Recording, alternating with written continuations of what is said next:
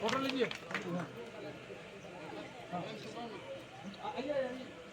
सतन जी हमारे प्रदेश के पूर्व महामंत्री सुप्रीम कमेटी का बात करें। बहुत पहुंचे और भाजपा के हमारे बहुत वरिष्ठ नेता और आप लोगों को मालूम हो पूरे भारत वर्ष के प्लांट जो स्टील प्लांट उनका अध्यक्ष बने ऐसे हमारे सुशील चौधरी जी हैं और दो बिहार में दो बार महामंत्री सौभाग्य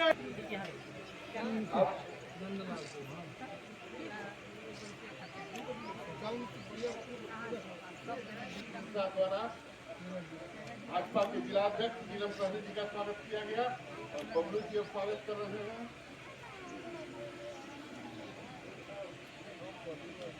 और भाजपा प्रखंड पूर्व प्रखंड अध्यक्ष अर्जुन ठाकुर हमारे विधायक जी बगल के रुपड़ा के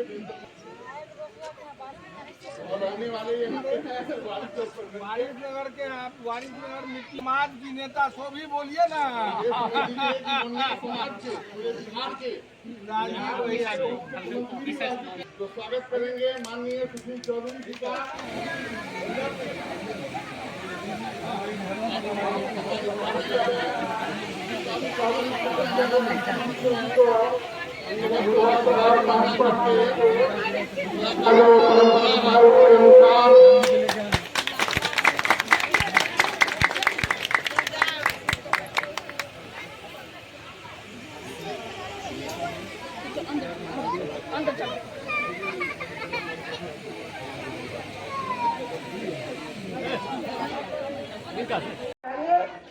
जिसमें अपने माननीय शिवराज सिंह चौहान जी आ रहे हैं, दारा सिंह चौहान जी आ रहे हैं और डॉक्टर विनोद बिंद जी आ रहे हैं जो चंद्रौली से सांसद हैं।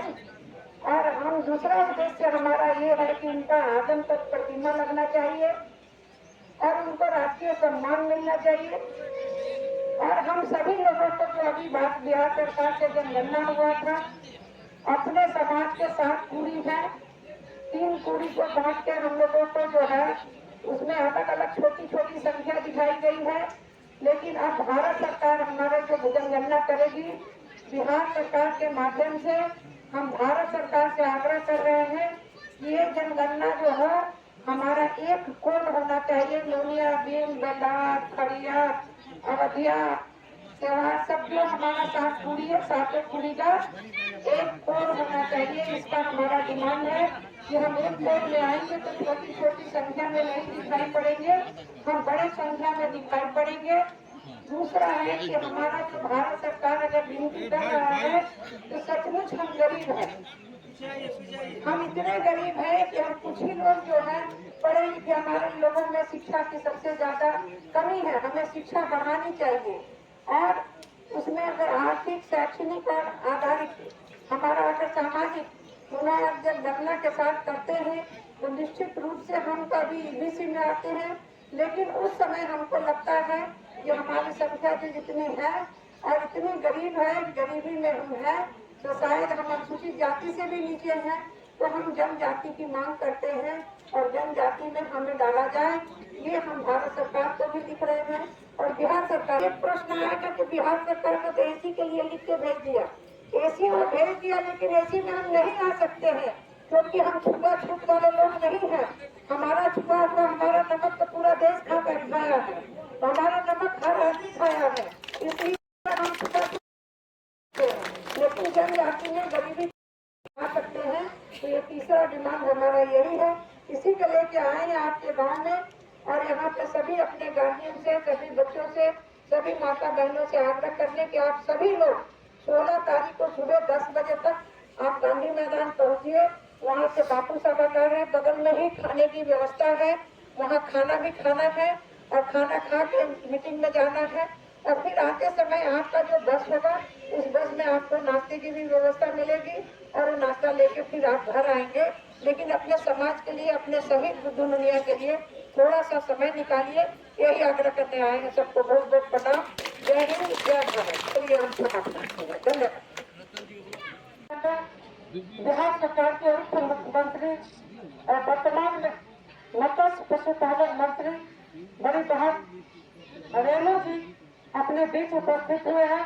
हम सभी लोगों का सौभाग्य है कि दीदी का अपने बरियारपुर की पावन धरती पर चरण पड़ा है।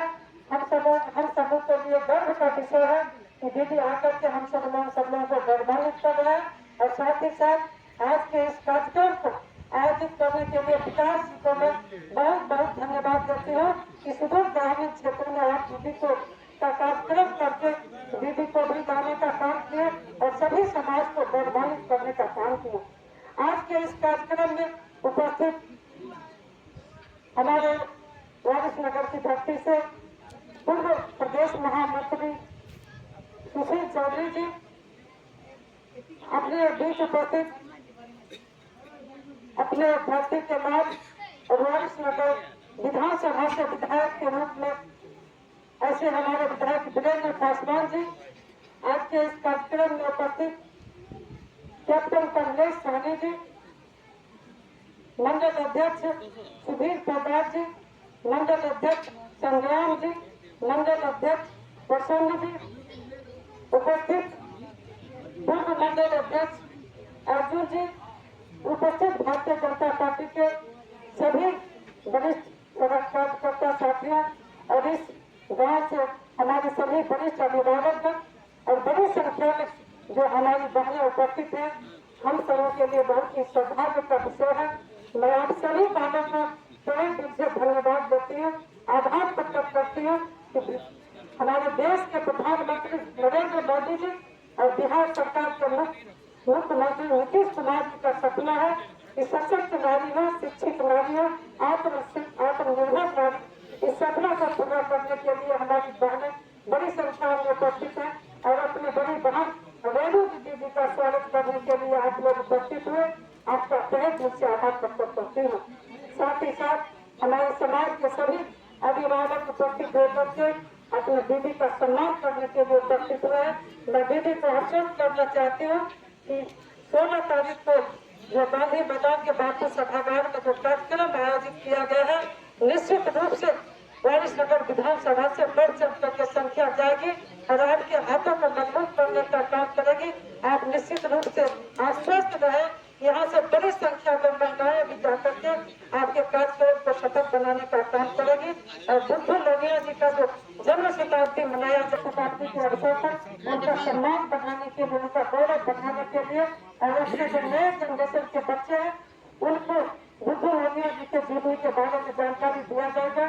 तो इस कार्यक्रम में उपस्थित आए सभी साथियों। देखिए भाई, मकसद ये है कि हमारे बुद्धू नोनिया, हम सभी के शहीद बुद्धू नोनिया की जन्म शताब्दी है और हम अपने परिवार के शहीद लोगों का जन्म शताब्दी मना रहे हैं। और आप इतिहास पढ़िएगा तो हमारे यहाँ 1700 से ही लड़ाई में हमारा समाज हमेशा आगे रहा है।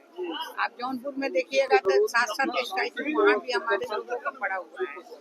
अगर आप गांधी जी को बापू बनाने वाले तो मुकुटधारी चौहान हमारे ही लोग हैं, हमारे परिवार के लोग हैं जो 15 बीघा जमीन।